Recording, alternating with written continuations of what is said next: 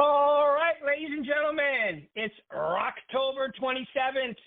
And you know what? We have the perfect person for Rocktober 27th.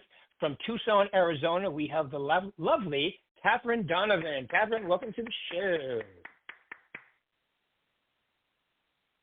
Are you there? You got to hit *6 so we can hear you.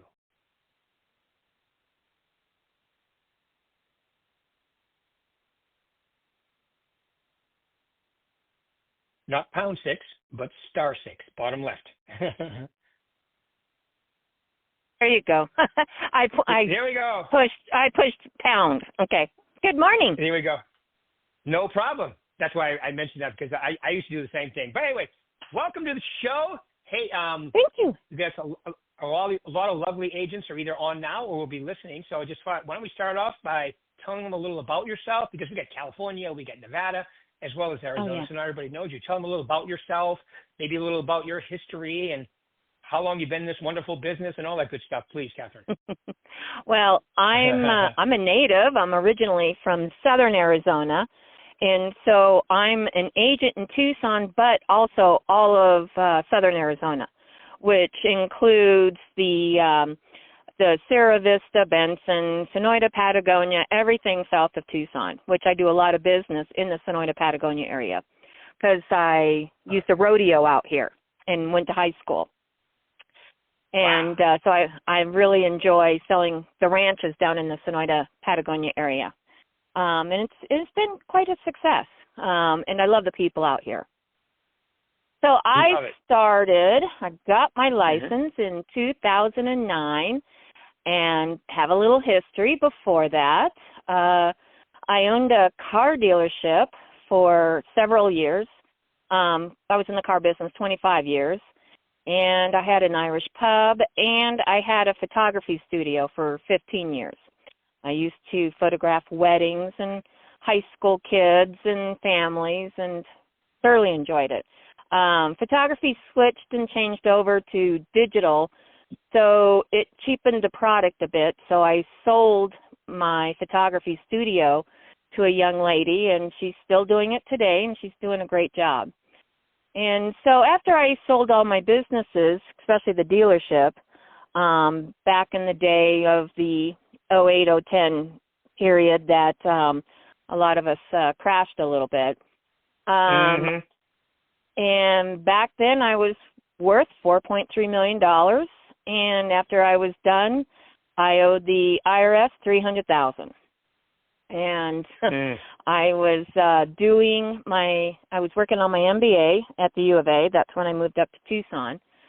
And I had a couple of colleagues in my class that were going to get their license because I wanted to go into commercial and business, do a business brokerage. And so went to go get my license. And I had a broker call me from Prudential that needed a relocation specialist for Southern Arizona. And I was like, what is that? And she says, then I found out it was helping corporate government moves in and out of the area. And it was not my intention at all to go into residential. But while I was working on my degree, I thought, well, I'll just do that while I'm finishing up. Well, once I got into residential real estate, I could not believe how similar it was to having a car dealership. That you have both a high-end product and customer service marketing that you need to do, and I loved it. I fell in love with real estate. It was never on my plate or even in my my view whatsoever. But I love it. And isn't it great? It's such a great business. Oh, the people that you meet and the relationships that you have for years with them. And it was so fascinating when Dalton came out with that Forever Agent. And it's like, that's exactly who we are. We are their forever agent. I have dealt with so many selling and buying parents' homes, their kids' homes. You're a family member. after so many years. And that's why it's my number one business goal is always to keep in touch with my clients throughout the years. Because they always need you for something. And it's not maybe just to buy or sell. It's I'm doing a remodel, or I want to buy a vacation home in Colorado. And that's one thing I really enjoy about Berkshire is because we have so many people we can touch all over the world and help these people. And so, yeah, I love what I do. It's you know what, it exudes. I mean, you can feel it just in you talking to us, the energy, the enthusiasm. I also have a theory that people like yourself that have owned other businesses, went through the crash and so forth. I think they have a slightly, because I did the same thing. You know, we've had many talks about that, you and I. And it's, you know, those were crazy times. That those people in real estate now, they have a different appreciation and a little different outlook on life in the business. Would you agree? Oh, 100%. The one thing it really taught me is financial responsibility. And it's a subject that is not talked about.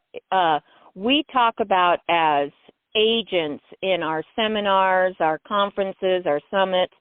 It's how do we reach out to our clients? How do we sell ourselves? But nobody talks about the financial responsibility of your future. And that's the one thing I wanted to touch on today with you. So I can teach or I can share my experience with other agents. Even if you're just starting or if you're in the middle, you need to make a financial plan. And the most important thing I can tell an agent, first thing you do when you are an agent, get yourself a PLLC. Start a PLLC immediately, because your PLLC is what makes the money, not yourself. Your PLLC will pay you a W-2, so you have a better tax write-off. And you want to have that because people don't understand, as an independent contractor as we are, you need the W-2 to have a Social Security when you reach that age.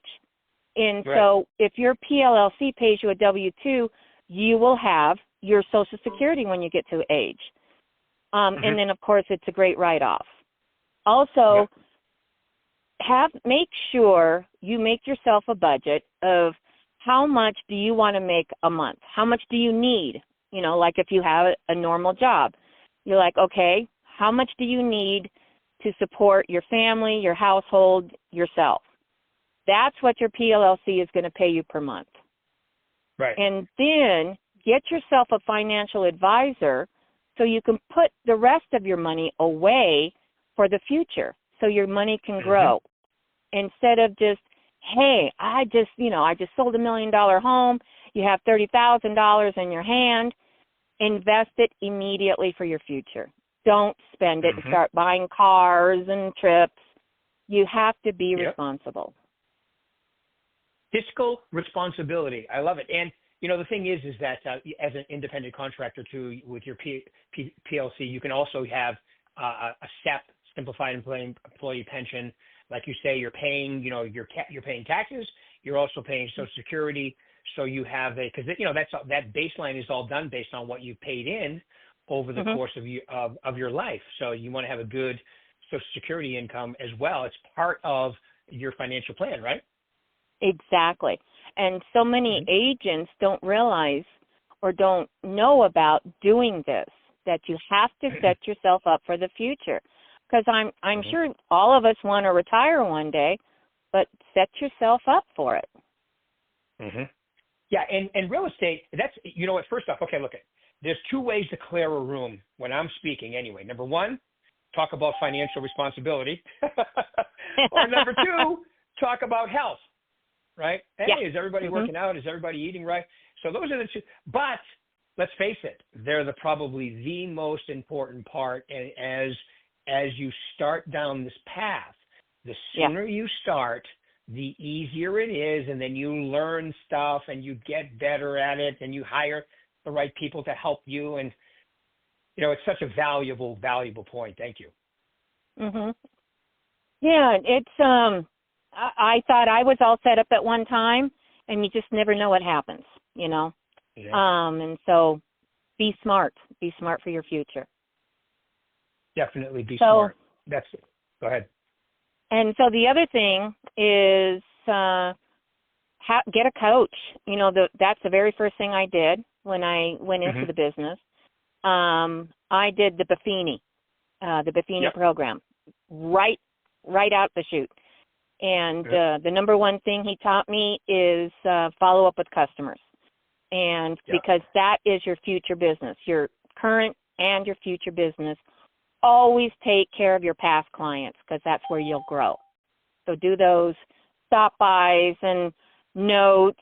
And also I do things like about 3 times a year I send out a magazine from Reminder Media.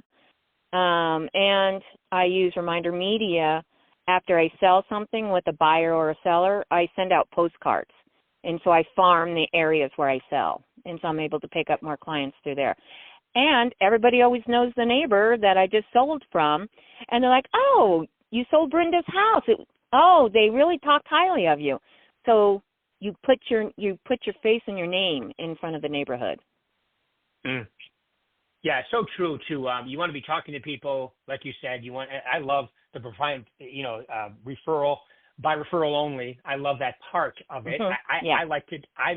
When I started, I like to do a few other things in addition to that. But that is a unbelievably great place to spend the majority of your time, which is, getting customers, treating them extremely well. The old, under promise and over deliver, which is the opposite of what most agents do, and then follow up. And like you said, I sold their parents, I sold the kids, I deal with the cousins, the nephews, the nieces, and all that good stuff. And that definitely makes and it's exciting too to deal with people and their families and their livelihood and their.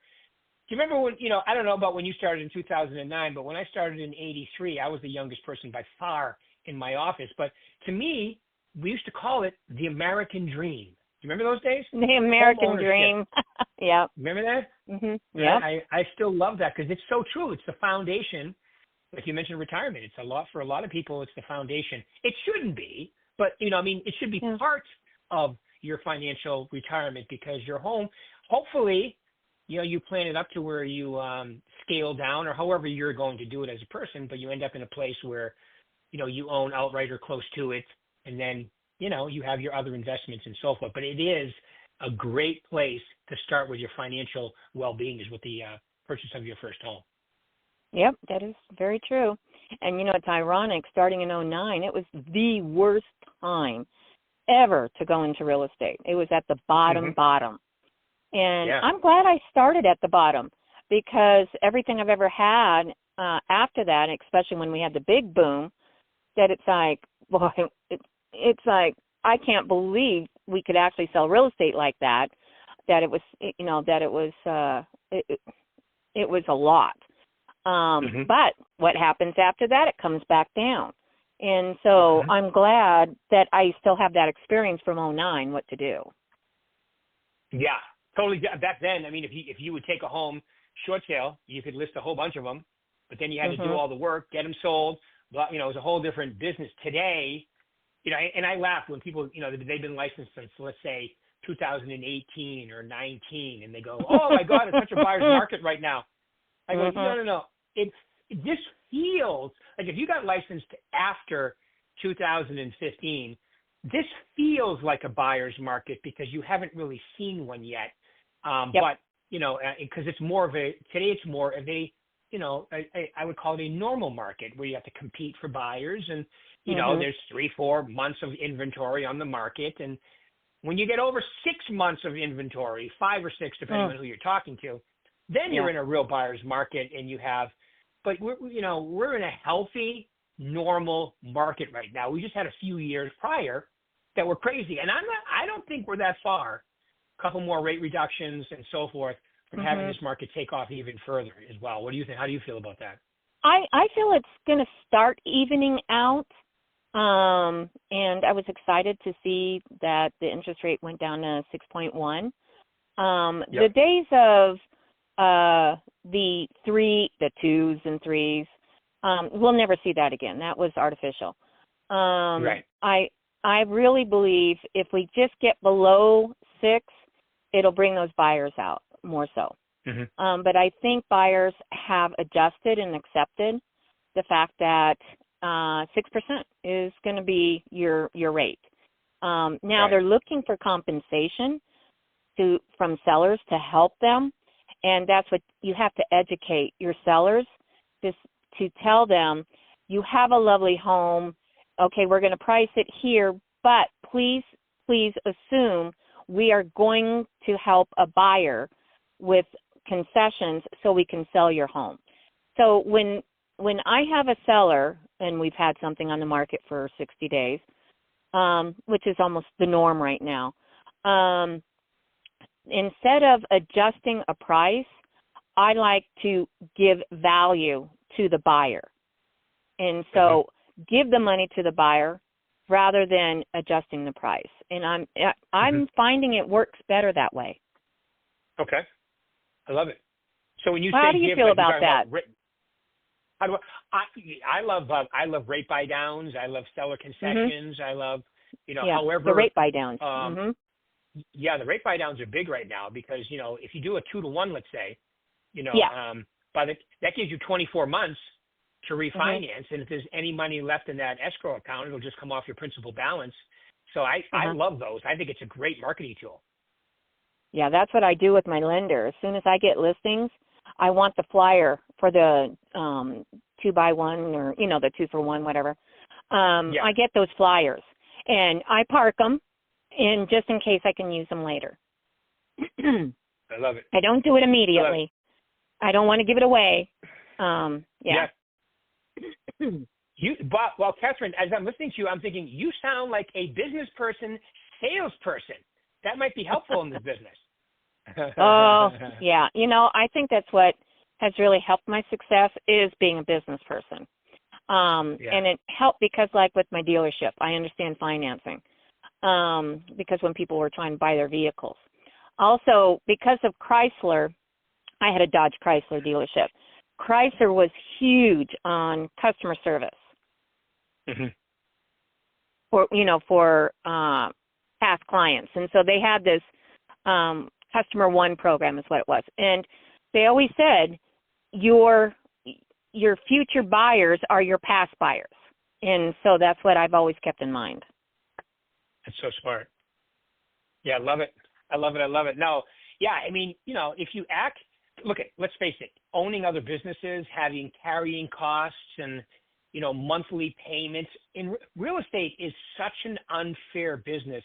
I mean, in a good way for an entrepreneur, because really it doesn't cost you anything but a split, right? And you get to operate your business and, you're making whatever percent on a whole purchase price of a property. There's really no carrying cost. It's such a great business for people who want to help people, make money, have a great retirement, right? Because it's set up extremely well. Now, it's not for everybody because you have to have that entrepreneurial spirit to really make it happen and understand that you could make in 1 year, 70% of your income in 3 months and then the other 30% over another 9. I mean, it's just the way it works out, right? Yeah. And that's a big thing that agents need to understand is you are a business owner. You don't work for anybody. You work for yourself. You are a business owner, so always look at yourself that way. Yeah, that would be, it's like, in other words, if you're working as a business and your job is to create income, because people forget that some days. You're a business. Your job is to create profit for your business. Your business happens to be you. So are you involved in activities today that are causing you to make money? That's really the big question, isn't it? It is, exactly. And, a lot of people, and you even asked me this question, do I have a business plan for the year? I like to make business plans quarterly. So in my quarterly planning, I do, what am I going to do for marketing? How am I going to how am I going to sell more, make more money in the next 3 months? I like to do it 3 months in advance. Everything is always 3 months in advance. Because also how the market is, you have to adjust on what you're going to do with what is going on right now. And right now, everything changes weekly, daily almost, as we know because of our economy. And so make sure you look at everything 3 months in advance, not just a year in advance, 3 months in advance. Exactly. No, I love it. Well, business happens in 90-day cycles, and you're right. Things can adjust and change, but you have a plan. You have a direction. You know what you're doing. You have your LLC set up. You have everything set up so you're, a walking, talking business.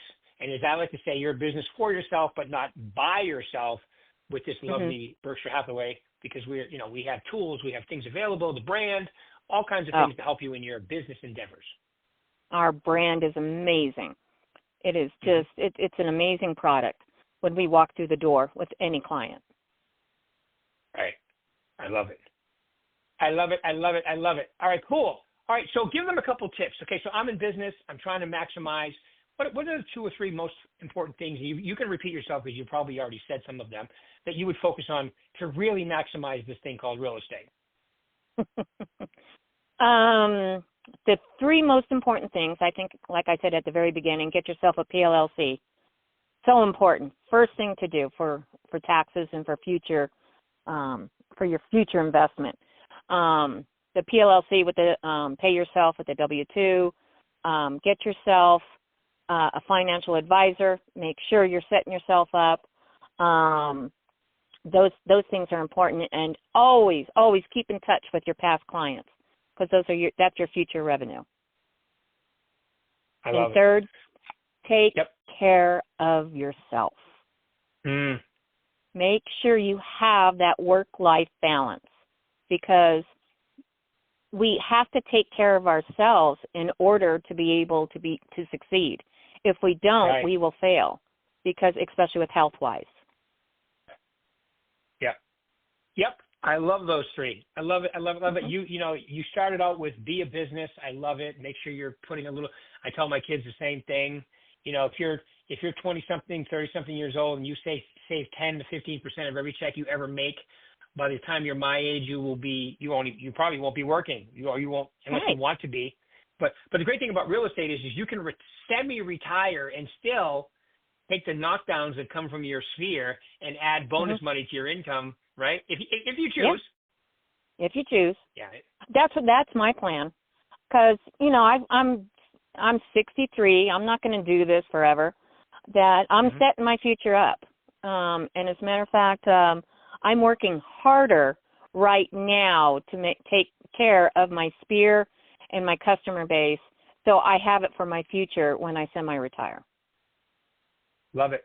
Love it. And then when you add your retire, your income is there, your handicap will go down for golf, you and your husband, right? Your handicap will go down. Yeah, exactly. Yeah. Because you'll be playing I'm waiting more. for that.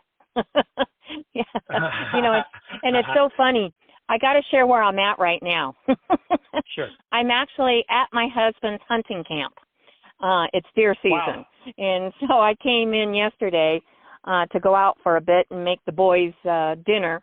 And so I'm just sitting out here in nature this morning, and then I'm going to be packing up and going back to do my work. That is so awesome.